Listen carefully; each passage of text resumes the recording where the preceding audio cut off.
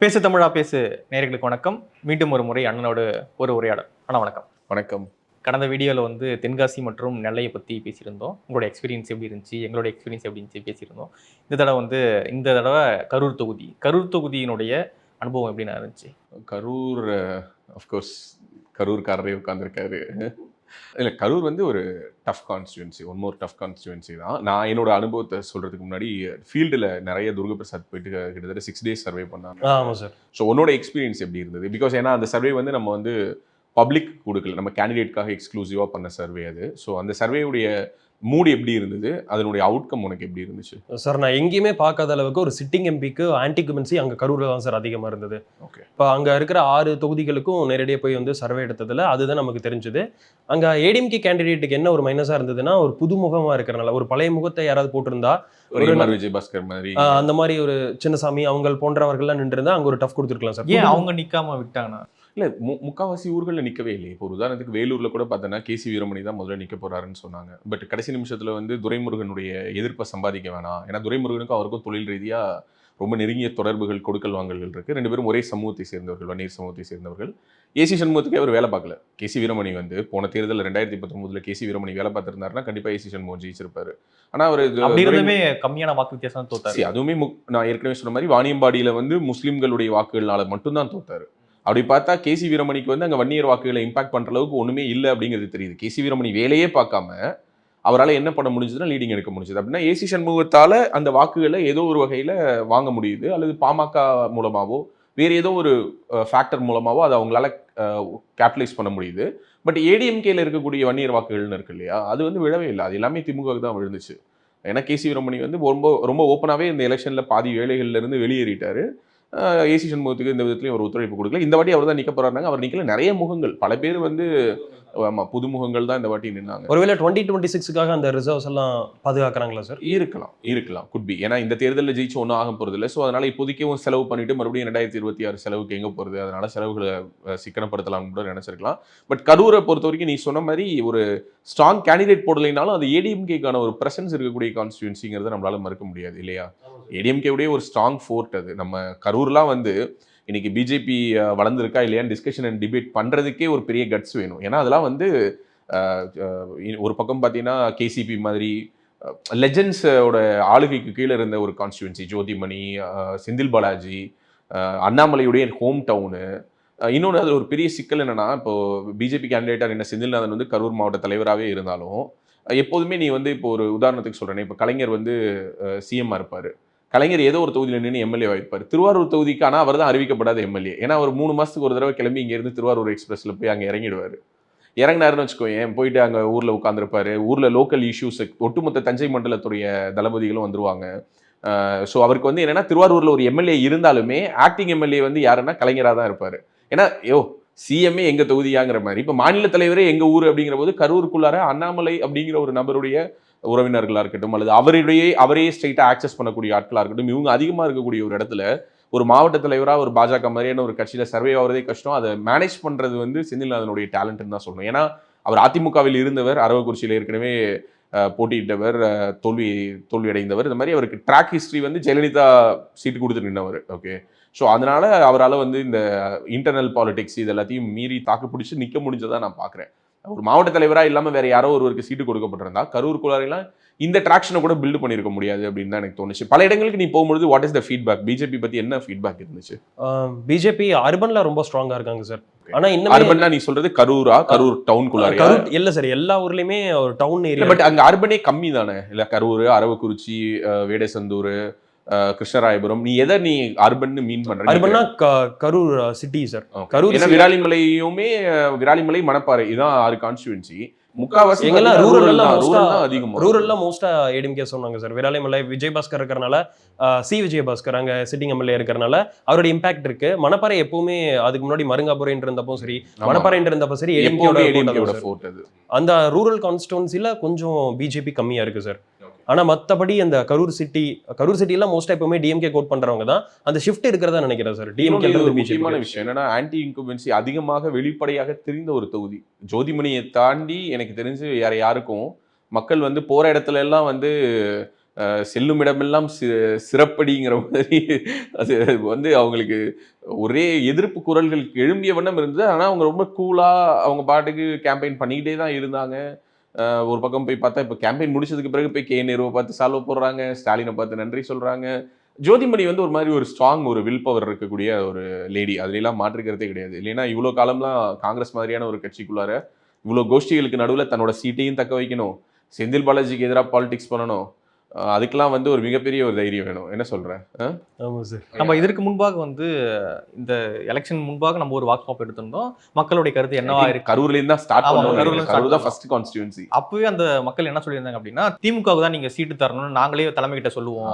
அதுதான் ஒரு முக்கியமான விஷயம். என்னன்னா அது எல்லாமே வந்து எலெக்ஷனுக்கு முன்னாடி வரைக்கும் திமுகவுடைய ஒரு பெரிய பலமே அதுதான் அப்படின்னு நான் பாக்குறேன். என்னன்னா எலெக்ஷனுக்கு முன்னாடி வரைக்கும் இந்த கூட்டணி எங்களுக்கு தான் சீட்டு வேணும், அவங்களுக்கு இது பண்ணல, அதெல்லாம் இருந்தாலுமே எலெக்ஷன் வரும்பொழுது அந்த ஒரு யூனிட்டி வந்துருது. இந்த வாட்டி கூட அது கிரவுண்ட்ல ரிஃப்ளெக்ட் ஆச்சு.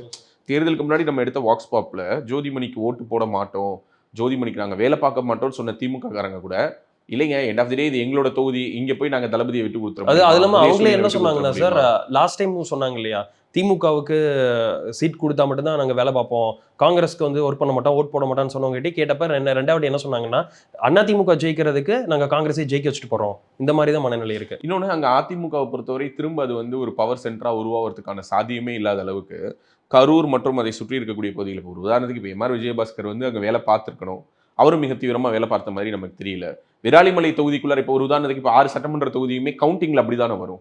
கவுண்டிங் லீடு வரும் பொழுது 6 சட்டமன்ற தொகுதியிலும் பூத் வாரியா லீட்ஸ் எவ்வளோங்கிறது வரும், ஓட்டு எவ்வளோங்கிறது வரும், சட்டமன்ற தொகுதி வாரியாகவும் பார்ப்போம் கடைசியாக பார்க்கும்பொழுது. அப்போ தன்னுடைய சட்டமன்ற தொகுதியில் குறைவான வாக்குகள் வந்துடக்கூடாதுங்கிறதுல விஜயபாஸ்கர் ரொம்ப தீவிரமா இருந்திருப்பார். நான் சொல்றது சி விஜயபாஸ்கர் தீவிரமா இருந்த அளவுக்கு எம்ஆர் விஜயபாஸ்கர் லாஸ்ட் டைம் பாத்தீங்கன்னா விராலிமலையில் உள்ள எல்லா பூத்ஸ்லயுமே ஜோதிமணி தான் அதிகம், எல்லா பூத்ஸ்லயும். ஸோ கண்டிப்பாக இந்த வாட்டி அதை விட்டு கொடுக்காம அவர் வேலை பார்த்துருப்பாரு அப்படிங்கிறதா என்னோட கணிப்பு. ஏன்னா இந்த வாட்டி பார்த்தீங்கன்னா விளம்பர குழுக்கெல்லாம் அவர் தான் வந்து தலைவராக போட்டிருந்தாங்க, அவரும் கடம்பூர் ராஜுவும் தான் விளம்பர குழுவெல்லாம் பார்த்தாங்க. ஸோ ஒரு வேலை ஒன்று நடந்திருக்கு அப்படிங்கிறது நம்மளால புரிஞ்சுக்க முடியுது. ரெண்டாவது இன்னொன்று, as you said like rural places எல்லாத்துலேயுமே இன்னும் அந்த ரெட்டலைக்குன்னு ஒரு ஓட்டு இருக்குல்ல, அது எப்பவுமே இருக்குது. அந்த சின்னத்துக்கான ஓட்டுங்கிறது அது வந்து அவங்க எடப்பாடி, இன்னொன்று கவுண்டர் பெல்ட் தான்.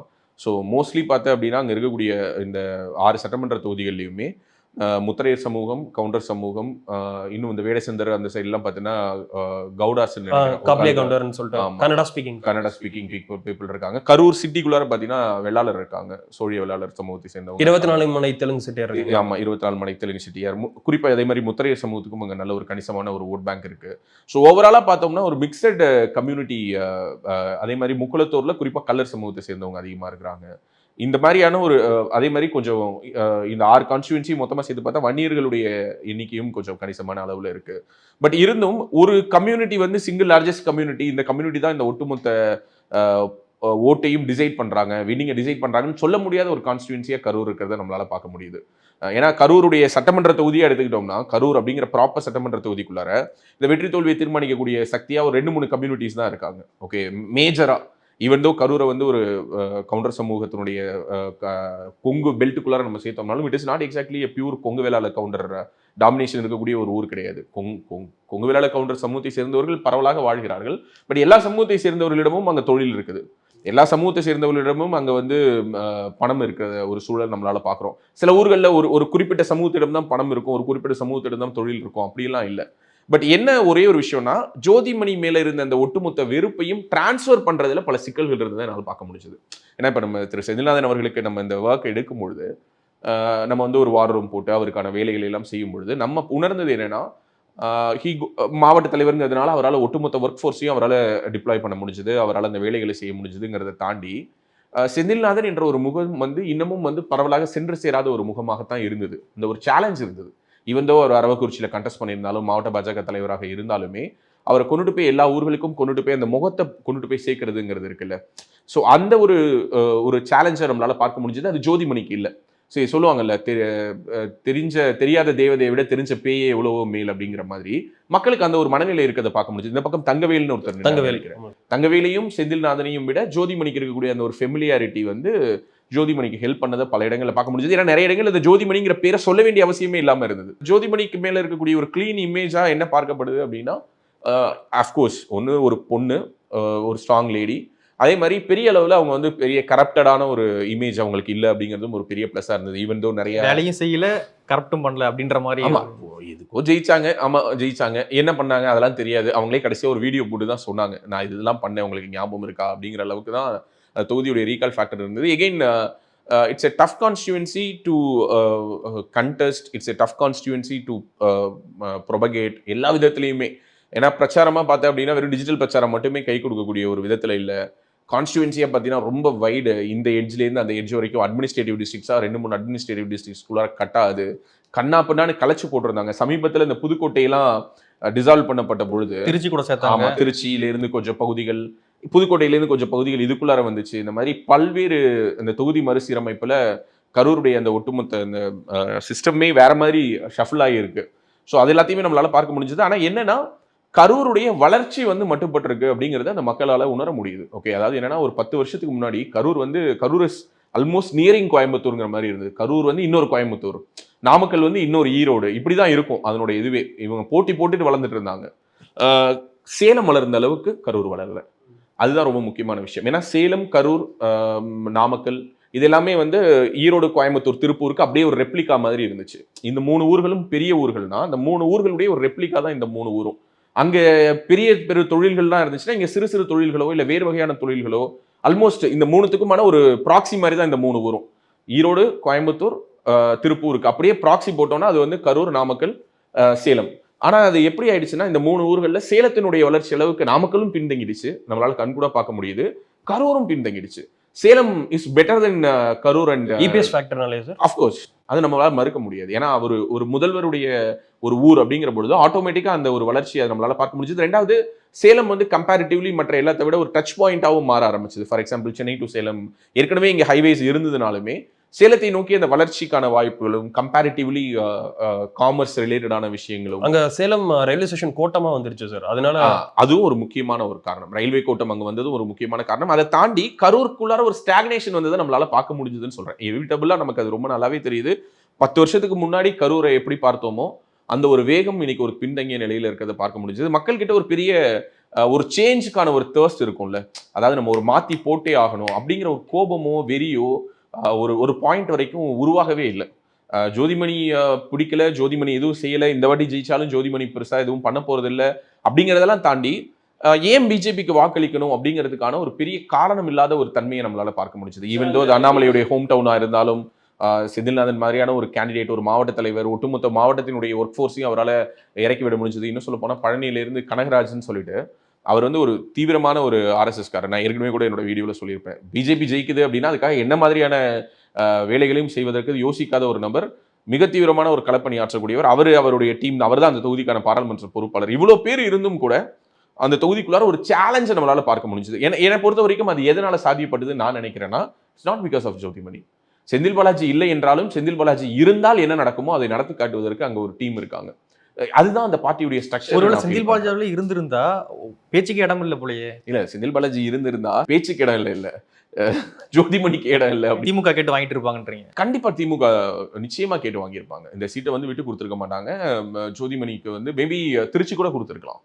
ஏன்னா கூட்டணி கட்சிக்கு தானே கொடுத்துருக்காங்க. அப்போ நிறைய மாற்றங்கள் நடந்திருக்கும். செந்தில் பாலாஜி உள்ளார இல்லாத காரணத்தினால, ஈவன் தோ அவர் உள்ளார இல்லைனாலும் வெளியில ஜெயில இருந்தபடியே வெளியில இருக்கக்கூடிய விஷயங்களை அவர் ஆப்ரேட் பண்றாருன்னு பல யூகங்கள், செய்திகள் இருந்தாலும் ஆரம்பத்துல செந்தில் பாலாஜி பிரதருடைய ஒய்ஃபை நிக்க போறாங்க அப்படின்லாம் சொல்லிட்டு இருந்தாங்க. இல்ல, நிறைய யூகங்கள் இருந்துச்சு. பட் அது எல்லாத்தையும் தாண்டி ஜோதிமணிக்குன்னு ஒரு லாபி இருக்குதுங்கிறத நம்மளால புரிஞ்சுக்க முடியுது. ஜோதிமணியால இவ்வளவு இதுக்கு நடுவுலையும் போயிட்டு அவங்களுடைய சீட்டை உறுதிப்படுத்திட்டு வர முடியுதுங்கிறத நம்மளால புரிஞ்சுக்க முடியுது. கார்த்தி சிதம்பரத்தால உறுதிப்படுத்திக்க முடியுதுங்கிறத புரிஞ்சுக்க. ராகுல் அவர்கள் வந்து கரூர் வந்தபோது கூட அந்த வில்லேஜ் குக்கிங் சேனல் கிட்ட போயிட்டு வீடியோ பண்ணது, அப்போ கூட அவங்க ஜோதிமணி அவர்கள் கூட இருந்தாங்க. அவங்க ஸ்ட்ரெயிட்டா வந்து ராகுல் காந்தி அவர்கிட்ட பேசுற அளவுக்கான இன்ஃப்ளூயன்ஸ் இருக்கு. பேசிக்லி அதான் மகாபிரபு, என்னன்னா ஒரு காங்கிரஸ் மாதிரியான ஒரு பார்ட்டியில உனக்கு வந்து ஒரு பெண் வந்து ஒரு முகமாக இருந்து அங்க இருக்கக்கூடிய அந்த கோஷ்டி பூசல்கள் எல்லாத்தையும் ஈடுகட்டி, ஒரு பக்கம் EVK இளங்கோவன், ஒரு பக்கம் வந்து தங்கபாலு, ஒரு பக்கம் KS அழகிரி, ஒரு பக்கம் சிதம்பரம், இந்த கோஷ்டிகளுக்கு நடுவில் எல்லாம் அவங்களும் சர்வைவ் ஆகி அவங்களுடைய சீட்டை உறுதிப்படுத்தி, அந்த சீட்டு இன்னும் சொல்ல போனால் ஜோதிமணிக்கான ஒரு ரெக்கமெண்டேஷன் அண்ட் லாபியை வந்து இங்கிருந்து யாரும் பண்ண வேண்டியது அவசிய அளவுக்கு ஸ்ட்ரெயிட்டாக ராகுல் காந்தியை ரீச் அவுட் பண்ணுற அளவுக்கு இன்னைக்கு அவங்களுக்கான ஒரு இடத்த வந்து அவங்க தக்க வச்சுட்டு இருக்கிறதுலாம் வந்து மாற்றுக்கிறது கிடையாது. ஒரு பேசிக்கலி பார்த்தோன்னா இப்போ ஜோதிமணியுடைய ஒர்க்கிங் ஃபேக்டர்லையுமே என்ன சொல்லுவாங்க, ஜோதிமணியா இருக்கட்டும், செந்தில் பாலாஜியா இருக்கட்டும், அல்லது விஜயபாஸ்கரா இருக்கட்டும், அண்ணாமலையா இருக்கட்டும், இவங்க எல்லாருமே ஒரே சமூகத்தை சேர்ந்தவங்க தான். ஸோ கரூருக்குள்ளாரே இருந்து, இன்னும் சொல்ல போனா கரூருக்குள்ளாரன்னு இல்லை, ஒட்டுமொத்த தமிழ்நாட்டில இருந்தே காங்கிரஸ் கட்சியில ஒரு கவுண்டர் சமூகத்தை சேர்ந்த ஒரு லேடிக்கு வந்து ஒரு ரெப்ரசன்டேஷன்ங்கிறது தொடர்ந்து கொடுக்கப்படுதுன்னா அது ஜோதிமணிக்கு தான் கொடுக்கப்படுது.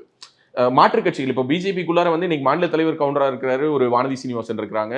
ஸோ சமூகம் சார்ந்து பார்க்கப்படுது. மொடக்குறிச்சியில் சரஸ்வதி இருக்காங்க, அவங்களும் கவுண்டர் சமூகத்தை சேர்ந்தவங்க தான். ஸோ இந்த மாதிரி we can see the connect. Okay, ஒரு குற்றச்சாட்டாக கூட சொல்றாங்க, பிஜேபியில் இன்னைக்கு பார்த்தா ஒரே கவுண்டர்களுடைய ஆதிக்கம் அதிகமாயிடுச்சு. இதே தான் இபிஎஸ் இருக்கும்போது சொன்னாங்க. ஸோ இபிஎஸ் வந்த பிறகு ஏடிஎம்கேக்குள்ளார ஒரே கவுண்டர் ஆதிக்கம் அதிகமாயிடுச்சுன்னு.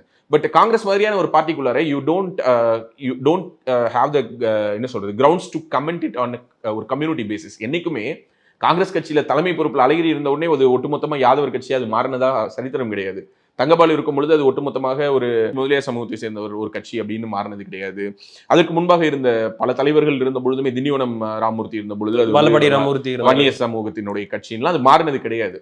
பட் காங்கிரஸ் வந்து காங்கிரசினுடைய ஒரு பன்முகத்தன்மை அதுதான். அதனாலதான் வந்து இன்னைக்கு காங்கிரஸ்குள்ளார போய் சர்வே ஆயிடலாங்கிற ஒரு நம்பிக்கையில சிறு சிறு கம்யூனிட்டிஸை சேர்ந்தவங்களும் உள்ளுக்குள்ளார போறாங்க. அவங்க ஏதோ ஒரு லாபியில சும்மா ஏதோ ஒரு கனெக்ட் கிடைக்கும், புடிச்சு போய் டெல்லியில போய் எங்கேயாவது ஒருத்தனை புடிச்சிட்டாங்க. இந்தியா ஃபுல்லாவே அப்படிதான் சார், ரெயின்போ பார்ட்டி எப்போதுமே அப்படிதான். அதனாலதான் இன்னமும் பார்த்தனா ஊர் பக்கம் பாத்தீங்கன்னா காங்கிரஸ்ல சேர்றதுக்குன்னு ஒரு கூட்டம் இருப்பாங்க. அந்த ஒரு கூட்டத்தில் ஒரு பெருங்கூட்டம் இருந்ததுல, அதுல ஒரு பெருங்கூட்டத்தில் இருந்து ஒரு மேஜர் ஷிஃப்ட் வந்து இப்போ பிஜேபியை நோக்கி நகர்றதை நம்மளால பார்க்க முடிஞ்சது. ஏன்னா பிஜேபிக்குள்ளாரையும் நீ நாட் டு பி அது ஒரு கம்யூனிட்டியா இருக்க வேண்டிய அவசியம் இல்லை. நம்மளால உள்ளார போய் ஒரு லாபி பண்ண முடியும், நம்மளால உள்ளார போனா நமக்கு ஒரு பதவி கிடைக்கும், நம்ம வேலை பார்த்தா நம்மள மேல கொண்டுட்டு போவாங்கிற ஒரு நம்பிக்கை கடந்த சில ஆண்டுகளாக தமிழக பாஜகவுக்கும் வந்திருக்கதா நான் பாக்குறேன். அண்ட் அஃப்கோர்ஸ் கண்டினியூஸா 2 பீரியட் ரூலிங் பீரியடா பிஜேபி இருக்கும் பொழுது பிஜேபி நோக்கி தானே வருவாங்க. காங்கிரஸ் வந்து 40 எம்பிகளுக்கு கீழே போய்கிட்டு இருக்கு, இன்னும் கழுது தேஞ்சு கட்டருமான கதையா போயிட்டு இருக்குங்கிற பொழுது காங்கிரஸ் நோக்கி போறவங்களை விட இதை நோக்கி தான் வருவாங்க. பட் கரூருடைய ஒட்டுமொத்த பாலிடிக்ஸையும் நம்ம பார்க்கும் பொழுது it's not because of Jothimani strength, it's not because of Congress strength. அங்க அந்த கூட்டணிக்கு என்று ஒரு அரித்மெட்டிக் இருக்கு.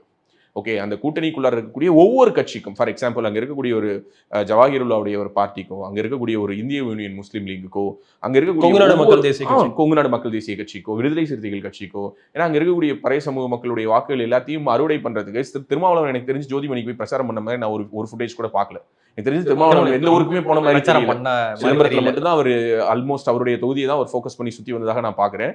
பட் இருந்தும் கூட விசிகாவுக்கு என்ற அங்க ஒரு ஸ்ட்ரென்த் இருக்கிறது நம்மளால பார்க்க முடியுது. ஸோ இது எல்லாம் சேர்ந்து திருமாவளவன் ஒரு இதுல பேசியிருப்பார் தெரியுமா, ஒரு 7.25 பவுன் இருக்குன்னா ஒரு 1/4 பவுனை சேர்த்தா தான் அது 8 பவுன், அந்த 1/4 பவுன் தான் நான் அப்படிங்கிற மாதிரி everybody adds the value. But அது வந்து when it comes to BJP alliance or when it comes to வேற நாம் தமிழர் கட்சியெல்லாம் நின்னாங்க. எனக்கு தெரிஞ்சு நாம் தமிழர் கட்சியெல்லாம் கரூர்ல யார் வேட்பாளர்னு கூட தெரியல. மற்ற ஊர்கள்லயாவது கொஞ்சமாவது தெரிஞ்சாங்க.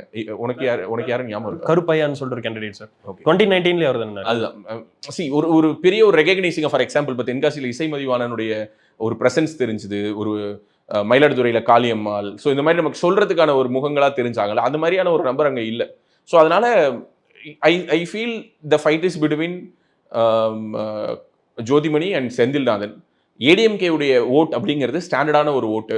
2வது இடத்தை அங்கு உறுதி செய்தாலே அது ஒரு மிகப்பெரிய வெற்றியாக இருக்கும் பாஜகவுக்கு அப்படிங்கிறது தான் என்னுடைய கணிப்பு. ஆனா இதை தாண்டி செந்தில்நாதனுடைய உழைப்பு, செந்தில்நாதனுடைய டீம் எஃபர்ட், அவங்களுடைய ஒட்டுமொத்த டீமும் போட்டிருக்கக்கூடிய எஃபர்ட், இது எதையுமே நம்மளால பீலிட்டெல்லாம் கடந்து போக முடியல. ஸோ அவங்க எல்லாருமே மிகப்பெரிய உழைப்பு போட்டிருக்காங்க. ஆனா அந்த கிரவுண்ட் வந்து ஹார்டா இருக்கிறத நம்மளால உணர முடியுது. ஸோ அரவக்குறிச்சி மாதிரியான ஒரு தொகுதியில திரு அண்ணாமலை அவர்கள் நின்னாரு. அவர் நின்று தோற்ற பிறகும் அந்த தொகுதியில தொடர்ந்து அவருடைய ஃபவுண்டேஷன் மூலமாக பணிகள் நடந்து கொண்டே தான் இருக்கு.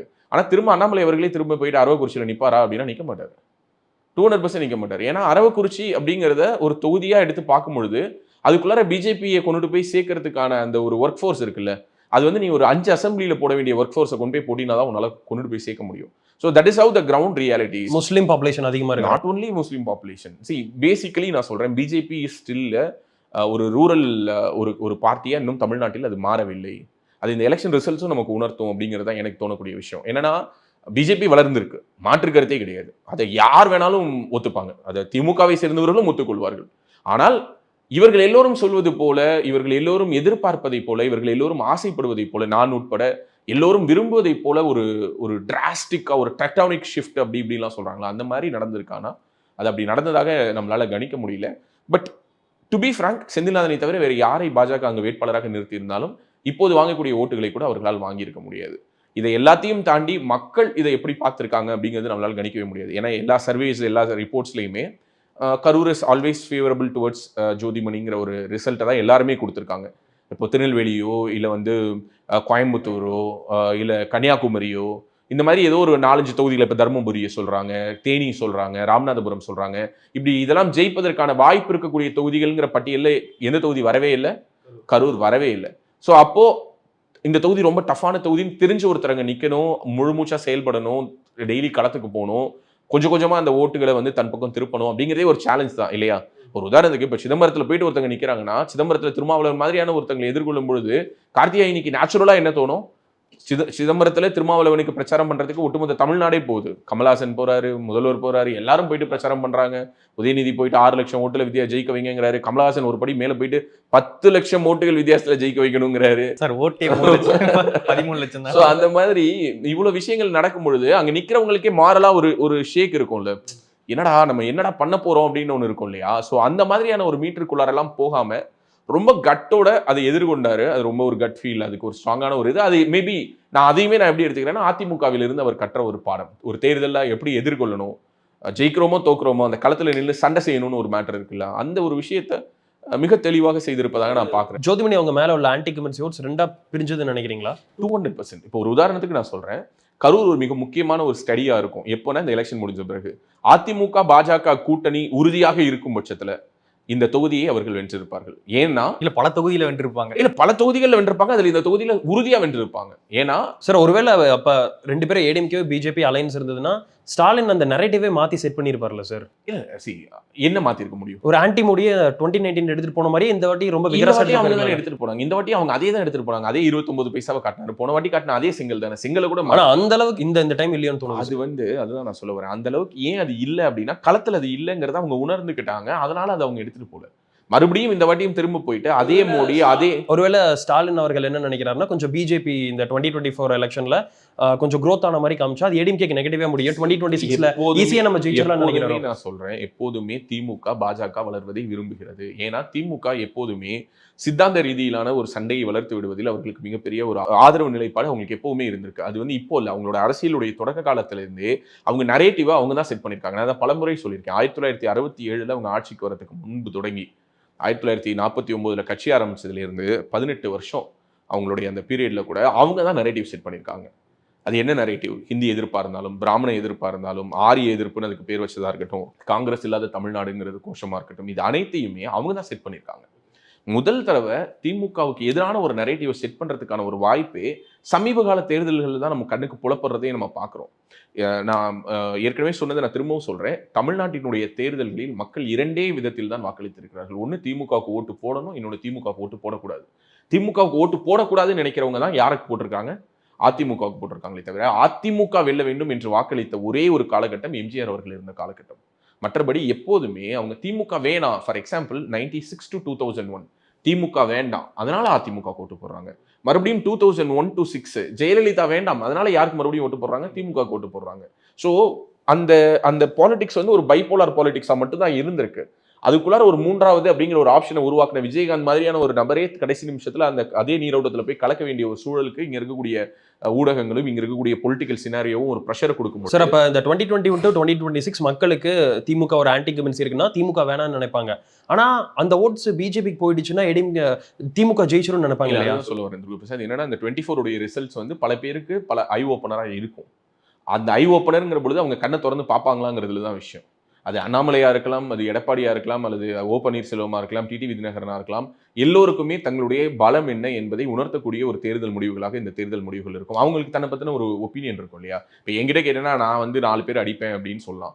4 பேர் என் முன்னாடி வந்து என்ன அடிக்கும் போது தானே தெரியும் நான் எத்தனை பேர்கிட்ட அடி வாங்குவேன், 4 அடி தாங்குவேனா அப்படிங்கிறது. ஸோ அப்போ நான் என்னை பத்தி ஒரு ஒப்பீனியன் வச்சிருக்கேன். அது என்னை பற்றிய ஒரு மிகைப்படுத்தப்பட்ட ஒரு ஒப்பீனியனா கூட இருக்கலாம். மக்கள் இந்த முடிவுகளை இப்போ இந்த தேர்தலில் கொடுக்கும் பொழுது அதை நம்ம ரொம்ப மனப்பூர்வமா ஓப்பன் ஹார்ட்டடோட அதை வந்து அணுகி, ஒரு ஓப்பன் மைண்டடா அதை நம்ம அணுகி, அதை வந்து நம்ம எப்படி நம்ம புரிந்து கொள்ள போறோம் அப்படிங்கிறதுல தான் பாஜகவினுடைய வெற்றியும் இருக்கிறது, அதிமுகவினுடைய வெற்றியும் இருக்கிறது, திமுகவினுடைய தோல்வி. சார் எப்ப எந்த தேர்தலையும் இல்லாத அளவுக்கு இந்த தேர்தலில் யார் ஜெயிப்பானே சொல்ல முடியாத அளவுக்கு இருக்கா சார்? அப்படிலாம் கிடையாது. அப்படி இல்லவே இல்லை. யாரை வேணாலும் நீ போயிட்டு கேளு, எல்லோருமே சொல்றது என்னன்னா திமுக அரசாங்கத்தின் மேல் எங்களுக்கு குறைகள் இருக்குது, ஆனா திமுக ஓட்டு போட்டோம்னு சொல்றாங்க. அதே மாதிரி இன்னொரு பக்கம் நான் 2 நாட்களுக்கு முன்னதாக சென்னையில் இருக்கக்கூடிய ஒரு பிரபலமான ஒரு உணவகத்தில் சாப்பிட்றதுக்காக போகிறேன். ஒரு சின்ன மெஸ் அது ட்ரிப்ளிகேனில் இருக்குது. அந்த ட்ரிப்ளிகேனில் அந்த மெஸ் வாசலில் நிற்கும் பொழுது ஒரு சாப்பிட்டுட்டு வரும்பொழுது நம்ம ஏற்படுத்திலாம் சொல்லலை, நம்மளுடைய அலுவலகத்தில் வேலை பார்க்கக்கூடிய ஒரு நண்பரும் இருந்தார். அவர் வந்து நேராக வந்து கைகளை பிடிச்சிட்டு சொன்னார், நான் பரம்பரையாக திமுக, இந்த முறை அண்ணாமலைக்காக வாக்கு செலுத்திருக்கேன், அதுவும் இதே கரூர் தொகுதி பற்றி தான் சொல்லிட்டு போனார். நான் செந்தில்நாதனுக்கு ஓட்டு போட்டிருக்கேன்னு சொல்லிட்டு போனார்.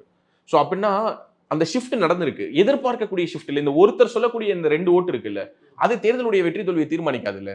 இந்த மாதிரி எத்தனை 2 ஓட்டுகளாக நம்ம டிரான்ஸ்ஃபர் பண்ண வேண்டியது இருக்குல்ல. 50,000 பேர் சேர்ந்து இந்த 2 ஓட்டு போட்டாலுமே 1,00,000 ஓட்டு. ஆனா அது மக்கள் மனநிலையோடைய ஒரு மாற்றத்தை நமக்கு காட்டுது. 200% there will be an indicator. அதுல எந்த விதமான மாற்று கருத்தும் கிடையாது. ஆனால் அந்த இண்டிகேட்டர்ஸ் நம்ம அப்சர்வ் பண்றோமா? ஒரு உதாரணத்துக்கு 2019ஆம் ஆண்டு இந்த கூட்டணி, அதாவது அதிமுக பாஜக கூட்டணி மக்களால் நிராகரிக்கப்பட்டது. மிக கடுமையாக நிராகரிக்கப்பட்டது. ஒரே ஒரு தொகுதியில் தான் வென்றார்கள். கடுமையான வாக்கு சதவீதம் என்பது சரிந்தது.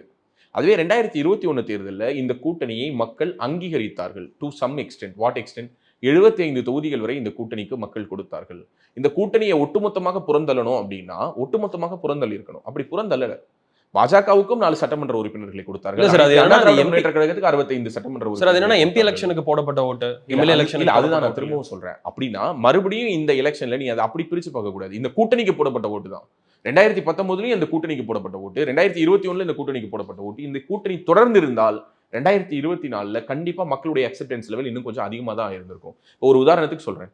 இப்போ அதிமுகவும் பாஜகவும் சேர்ந்து நிற்குது. ஓட் டிரான்ஸ்ஃபர் நடந்திருக்குமா? ஓட் டிரான்ஸ்ஃபர் நடந்திருக்காதா? அதிமுகவுடைய வாக்குகள் பாஜகவுக்கு வந்திருக்குமா? பாஜகவினுடைய ஓட்டுகள் அதிமுகவுக்கு வந்திருக்குமா? இது எல்லாமே ஹிஸ்டரியா நம்ம நம்பர்ஸ் எடுத்து வச்சுட்டு அரித்மெட்டிக்கா பேசுறோம். அது எல்லாத்தையும் தாண்டி மக்களுக்கு முன்னாடி என்னென்ன ஆப்ஷன்ஸ் இருந்திருக்கும்? It's be open. என்னென்ன ஆப்ஷன் இருந்திருக்கும்? முன்னாடி போவான், மேலே வந்து உதயசூரியனோ கையோ பானையோ ஏனியோ ஏதோ ஒன்று இருக்கு. அதுக்கு கீழே ரெட்டலையோ தாமரையோ மாம்பழமோ ஏதோ ஒன்று தான் இருக்கும். அதுக்கு கீழே விவசாயி மட்டும் தான், மைக்கு மட்டும் தான் இருந்திருக்கும் இல்லையா? இதான ஆப்ஷன்ஸா இருந்திருக்கும். இப்போ அந்த 4வது இன்னொரு ஆப்ஷன் இருக்கும்பொழுது அந்த 2 இடத்துல ஓட்டு பிரியுது தானே. அஃப்கோர்ஸ் அது பிரியுது. இதை நம்ம வந்து மறுக்கவே முடியாது. இது அண்ணாமலை அவர்கள் எடுத்த முடிவாக இருக்கட்டும், எடப்பாடி அவர்கள் எடுத்த முடிவாக இருக்கட்டும், 2 பேருடைய ஈகோனால இந்த முடிவுகள் எடுக்கப்பட்டதாக இருக்கட்டும், என்ன வேணாலும் இருக்கட்டும். ஏடிஎம்கே என்னன்னா சார், பிஜேபியோட சேர்ந்தா ஏடிஎம்கே ஓட்ஸ் ஏடிஎம்கே கிடைக்க மாட்டேங்குது. அதுதான் சொல்ல வரேன். இப்போ பிஜேபியோட சேரல இல்ல. இப்போ ஏடிஎம்கே ஓட்ஸ் ஏடிஎம்கே வந்திருக்குதாங்கிறத இப்ப பார்த்தோம்னா தெரிஞ்சிரும்ல. இந்த முடிவுகளுடைய இந்த தேர்தல் முடிவுகள் என்னவாக பாடம் நடத்தும்ங்கிறத நான் இப்பவே சொல்றேன். அதிமுகவினுடைய வாக்கு வங்கி கணிசமாக சரிந்திருக்கிறது என்பதை இந்த தேர்தல் முடிவுகள் உணர்த்தும். அதை உணர்த்தும் பொழுது இந்த தேர்தலில் இப்படிப்பட்ட ஒரு கூட்டணி முடிவை எடுத்தது தொடர்பாக எடப்பாடி பழனிசாமி அவர்களும் வருந்தக்கூடிய ஒரு சூழலும் வரும். அண்ணாமலை அது எப்படி வருந்தவங்க நினைக்கிறீங்க? ஏன்னா இது வந்து மத்தியில் நடக்க தேர்தல், ஒன்னு இந்தியா அலையன்ஸ் வேணுமா இல்ல என்டிஏ வேணுமா? ஆனா 2026 அப்படி கிடையவே கிடையாது. அப்படி கிடையவே கிடையாது. அப்படி ஏன் கிடையாதுன்னு நான் சொல்றேன். 2019 தேர்தலில் 2019 ஆண்டு நடந்த அந்த பாராளுமன்ற தேர்தலை ஒட்டி வெறும் பாராளுமன்ற தேர்தல் மட்டும் நடக்கல, சட்டமன்றத்துக்கான தேர்தலும் வந்தது. அந்த தேர்தலில் எவ்வளவு தொகுதிகளில் வெற்றி பெற வேண்டுமோ அத்தனை தொகுதிகளில் வென்று ஆட்சியை தக்க வைக்கிறதுக்கு என்ன வேணுமோ அதை எடப்பாடி பண்ணிட்டாருல்ல. அப்பவுமே அவருடைய ஃபோக்கஸ் எதுல இல்ல, பார்லிமெண்ட் எலெக்ஷன்ஸ்ல இல்ல. திரு ஓ பன்னீர்செல்வம் அவர்கள் மட்டும் தன்னுடைய மகன் என்னதுனால அந்த தொகுதியில் எப்படியாவது ஜெயிக்க வைக்கணும்னு சொல்லி தலையில நின்று தண்ணி குடிச்சாது அவர் ஜெயிக்க வச்சிட்டாரு. கரெக்டா? அதான் நிதர்சனமான உண்மை. ஸோ 2019 ஆண்டு தேர்தலையுமே இவங்களுக்கு இருந்த ஒரு பொறுப்பற்ற தன்மை என்ன நான் சொல்றேன். இவங்க என்ன நினைக்கிறாங்கன்னா, ஏன் திமுகவுக்கு தெரியாதா? மத்தியில் வந்து நம்ம கவர்மெண்ட் வரப்போறது இல்லை, எதுக்காக அவன் 38 எம்பி ஜெயிக்கணும் 39 எம்பி ஜெயிக்கணும்னு ஏன் நினைக்கிறான்? ஏன்னா அவனுக்கு தெரியுது இதனுடைய பவர் என்ன, அந்த 39 எம்பிகளை தன்னுடைய கைவசம் வைத்திருப்பதனுடைய அவசியம் என்ன, இந்த தேர்தலில் பெறக்கூடிய வெற்றி என்பது. என்ன சார் பண்ண முடிஞ்சது? என்ன பண்ண முடியல? தமிழ்நாட்டுக்கான நலத்திட்டங்களை அவர்களால் கேட்டு பெற்று தர முடியவில்லை. தமிழ்நாட்டுக்கான வளர்ச்சி பாதையை நோக்கி அவங்களை முன்னேற்றி எடுத்துட்டு போக முடியலையே தவிர எல்லா எம்பிக்களாலையும் என்னென்ன பண்ண முடிஞ்சதோ அதை பண்ண முடிஞ்சது. பிஜேபிக்கு ஒரு குடைச்சல் கொடுத்துக்கிட்டே இருக்க. இட்ஸ் நாட் ஓன்லி பிஜேபிக்கான குடைச்சல். தமிழ்நாட்டில் பாஜக கால் ஊன்ற முடியாது அப்படிங்கிற ஒரு எண்ண ஓட்டத்தையும் இந்தியா முழுக்க வேணாலும் நீ ஜெயிச்சுக்கோ, ஆனா உன்னால தமிழ்நாட்டில் ஒன்றும் பண்ண முடியாதுன்னு சொல்லி மோடியினுடைய அந்த ஈகோவை தொட்டு பார்க்குற ஒரு தன்மை இருக்குல்ல, அதை பண்றதுனாலதான் இன்னைக்கு அவரால் என்ன பண்ண முடியுது, இந்தியாவை காக்க ஸ்டாலின் அழைக்கிறேன்னு சொல்ல முடியுது. எனக்கு அதனாலதான் இந்திய அலையன்ஸ்குள்ளார அவரால் ஒரு முக்கியமான ஒரு பிளேயரா ஆக்ட் பண்ண முடியுது. எடப்பாடிக்கு அதனுடைய சீரியஸ் ஏடிஎம்கே நினைக்கலாம் இல்லையா சார்? எடப்பாடிக்கு அதனுடைய ஏடிஎம்கே நினைக்கலாம் இல்லையா? இல்ல ஏடிஎம்கே நினைக்கலாம் இல்லையா சார்? பாஜக வந்தாலும் தமிழ்நாட்டுக்கு நல்லது இல்ல, காங்கிரஸ் வந்தாலும் நல்லது நடக்க போறது இல்ல, சரி போ அப்படின்னு நினைக்கலாம் இல்லையா? பிசம் தேர்தலே நிக்காம இருந்துடலாம்ல, எதுக்கு தேர்தல் நின்றுட்டு? அதுதான் சொல்ல வரேன். இதெல்லாம் வந்து என்னன்னா, நம்ம ஸ்கூல்ல படிக்கிற பசங்க வந்து எப்படி பார்த்தாலும் இந்த எக்ஸாம் எழுதினாலும் பாஸ் ஆக போறது இல்லை, பாஸ் ஆனாலும் நம்ம வந்து காலேஜுக்கு போக போறது இல்லை அப்படிங்கிற மாதிரி. இது என்ன ஸ்கூல் எக்ஸாமா என்ன? ஒரு பெரிய கட்சி, பொன் விழா கண்ட கட்சியினுடைய ஒரு தலைமை என்ன செய்திருக்கணும்? இது இப்போ டன் அண்ட் டஸ்டட். இதை போஸ்ட்மார்டம் பண்றதுல எந்த விதமான பிரயோஜனமும் இல்லை. இருந்தாலும் என்ன பண்ணியிருக்கணும், திரு அண்ணாமலை அவர்கள் தரப்பில் இருந்தோ அல்லது பாஜகவின் தரப்பில் இருந்தோ தவறுகளே இருந்திருந்தாலும் கூட இதை அரவணைச்சு தான் எடுத்துட்டு போயிருக்கணும். இன்னைக்கு யாருக்கு லாஸ் அப்படிங்கறத நான் திரும்பவும் சொல்றேன் துர்கா பிரசாத், இந்த வீடியோ வேணாலும் நம்ம மார்க் பண்ணி வச்சுக்கலாம். பிஜேபி கண்டிப்பாக இழப்பில் இருக்காது. ஏன்னா ஏதாவது இருந்தா தானே அவங்களுக்கு இழக்கிறதுக்கு. ஒண்ணுமே இல்ல, வர்றது எல்லாமே லாபம். சட்டி ஏற்கனவே சட்டிக்குள்ள 10 மீன் புடிச்சு போட்டாலும் லாபம் சார். ஆனா ஏடிஎம்கே வந்து பிஜேபியோட சேர்ந்ததுன்னா 2024 ஏடிஎம்கே காலியா இருக்கும். 2024 ஆல்ரெடி காலி தான். இப்ப தனிச்சு நின்றதுனால மட்டும் அங்க என்ன வந்து குவிய போகுதுங்கிறத நம்ம பார்க்க தானே போறோம். இல்ல நான் பார்த்த வரைக்கும் டவுன் சவுத்துல வந்து ரொம்ப ஏடிஎம்கே அடி வாங்கும் அப்படின்னு தான் 200%. நான் திரும்பவும் சொல்றேன், 200%. அதிமுக இந்த முறை 2024 எடுத்த முடிவு என்பது அவர்களுக்கு மிகப்பெரிய ஒரு பாதிப்பு என்பதை அதிமுகவை சேர்ந்தவர்கள், நான் பேர் சொல்ல விருப்பப்படல, பல முன்னாள் அமைச்சர்களோடு தொடர்பு கொண்டு பேசுறதுக்கான ஒரு வாய்ப்பு என்பது இந்த தேர்தலுக்கு முன்னதாக அமைஞ்சது. ஓகே, மிக முக்கியமான அமைச்சர் இல்ல சார். ஓபிஎஸ் ஆதரவாளர்கள்லாம் அதிமுகங்கிறீங்க. இல்ல அதிமுகவில் நான் சொல்றது ஓபிஎஸ் உடைய ஸ்டாண்ட் தான். அவர் தான் தெளிவாக சொல்லிட்டாரு. ஸோ ஓபிஎஸ் உடைய ஸ்டாண்ட் என்னங்கிறது நான் தெரியும். நான் சொல்றது திரு எடப்பாடி பழனிசாமி அவர்களுக்கு மிகவும் நெருக்கமாக இருக்கக்கூடிய முன்னாள் அமைச்சர்கள் சிலரை சந்தித்து உரையாடுவதற்கான வாய்ப்பு கிடைச்சது. ஓகே, ரொம்ப பொது சபையில இல்ல அதுதான் சொல்ல வரேன். இப்ப கேஸ் யார் மேல இல்ல? திமுக இருக்கிறவங்க எல்லாரும் என்ன ஏதாவது கிளீன் சீட் வாங்கிட்டு வந்திருக்காங்களா? இல்ல சார். அப்புறம் அவங்க மேல எல்லாம் கேஸ் இருக்குதானே செய்யுது. 2Gல மறுபடியும் கேஸ் ஸ்பெஷல் கோர்ட்ல அங்க ட்ரையல் ஆரம்பிச்சிட்டான். உள்ளார ஜெயிச்சு அவர் வந்து திகாருக்கு போறாரா இல்ல பார்லமெண்டத்துக்கு போறாரான்னு தெரியல. நீலகிரி எம்பியா கண்டெஸ்ட் பண்ணியிருக்கிற ஆராசா. ஸோ அதனால வந்து ஏதோ அதிமுக மட்டும் தான் கேஸ் இருக்குது அப்படின்னா அதிமுகவை மிரட்டுவதற்கான சாத்தியம் இருக்கக்கூடிய பாஜகவால் நேரடியாக திமுகவே மிரட்ட முடியும். ஜாபர் சாதிக்கு இன்னைக்கு உள்ளார ஜாபர் சாதிக்கு அரெஸ்ட் ஆகி உள்ளார இருக்கிறாரு. அவர் நேரடியாக யாரோட பண தொடர்புகளில் இருந்திருக்கிறார். நேரடியாக அவர் அயலக அணியில மாவட்ட துணை அமைப்பாளராக இருந்திருக்கிறாரு. திமுகவை சேர்ந்தவர் அப்படிங்கிறதுல எந்த விதமான மாற்று கருத்தும் கிடையாது. எல்லா விதத்திலும் ரெட்ஜை நிறுவனத்தோடு கூட அவருக்கு தொடர்பு இருந்ததாக செய்திகள் வருது.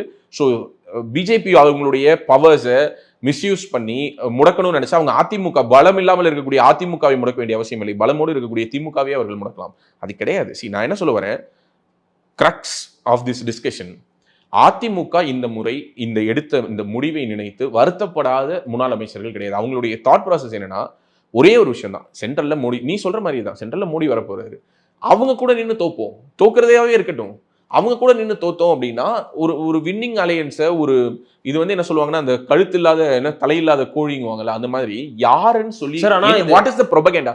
இந்த வாட்டி அவங்க பண்ண எலெக்ஷன் கேம்பெயின் இருக்குல்ல, ஒட்டுமொத்த எலெக்ஷன் கேம்பெயின் இருக்குல்ல, அது எல்லாமே ஒரு ஸ்டேட் எலெக்ஷனுக்கு பண்ண வேண்டியது.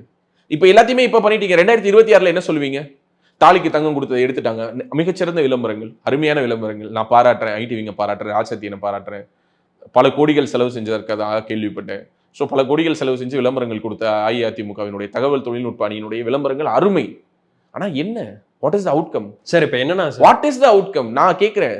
இந்த விளம்பரங்கள் எல்லாம் 2026 மக்களுடைய கோபத்தை நீங்கள் அறுவடை செய்வதற்கான விளம்பரங்கள். அது 2024 பயன்படுத்துறீங்க. இன்னும் ஒரு கட்டம் மலிவா போயிட்டு இந்த மாநில அரசுக்கு எதிராக செய்த விளம்பரங்கள் தாண்டி மத்திய அரசுக்கு எதிராக ஒரு விளம்பரம், மோடி அவர்கள் ஒரு ஜீப்ல வர மாதிரி கையில வந்து ஒரு ஆட்டுக்குட்டியை வச்சு தடவி கொடுக்குற மாதிரி மிக மலிவான ஒரு விளம்பரம். அப்படிப்பட்ட ஒரு விளம்பரத்தெல்லாம் கொடுத்து தான் நீங்க ஓட்டு வாங்க போறீங்க அப்படின்னு நீங்க நம்புனீங்கன்னா இந்த முறை உண்மையாகவே நீங்கள் வருத்தப்படக்கூடிய வகையில தான் இந்த ரிசல்ட்ஸ் இருக்கும். நான் மறுபடியும் கரூரே ஒரு உதாரணத்துக்கு எடுத்துக்கிறேன் பிரசாத். கரூர் எடுத்துப்போம். கரூர்ல 2ஆம் இடம் பாஜக பிடித்தால் அதிமுக மூஞ்சி கொண்டு எங்க வச்சுக்கும்? இந்த முறை இந்த தேர்தலில் அஇஅதிமுக எடுத்த முடிவு என்பது மிக தவறான முடிவுங்கிறது இந்த எலெக்ஷன் ரிசல்ட்ஸ் உணர்த்தும் போது நான் அதுக்கு தான் உன்ட்ட சொன்னேன், ஐ ஓப்பனரா இந்த ரிசல்ட்ஸ் இருக்கும். ஆனா அதை கண்ணை திறந்து பார்க்கணும்ல. கண்ணை மூடிட்டே இருந்தா யாருக்கும் புரியாது. கண்ணை திறந்து யார் பார்க்குறாங்களோ அவங்க பொழைச்சுப்பாங்க. உலக தமிழ் சொந்தங்களுக்கு வணக்கம். நான் ராஜவேல் நாகராஜன். பேசு தமிழா பேசு வலையொலியுடைய வளர்ச்சிக்கு நீங்களும் உறுதுணையாக இருக்கணும்னு நினச்சிங்கன்னா இந்த வீடியோடைய டிஸ்கிரிப்ஷனில் இருக்கக்கூடிய ரேசர் பே லிங்கை கிளிக் பண்ணுங்கள். அந்த லிங்க்கில் போயிட்டு உங்களுக்கு விருப்பமான தொகையை பேசு தமிழா பேசுவனுடைய வளர்ச்சிக்கு உங்களுடைய பங்களிப்பாக நீங்கள் கொடுக்கலாம். நன்றி, வணக்கம்.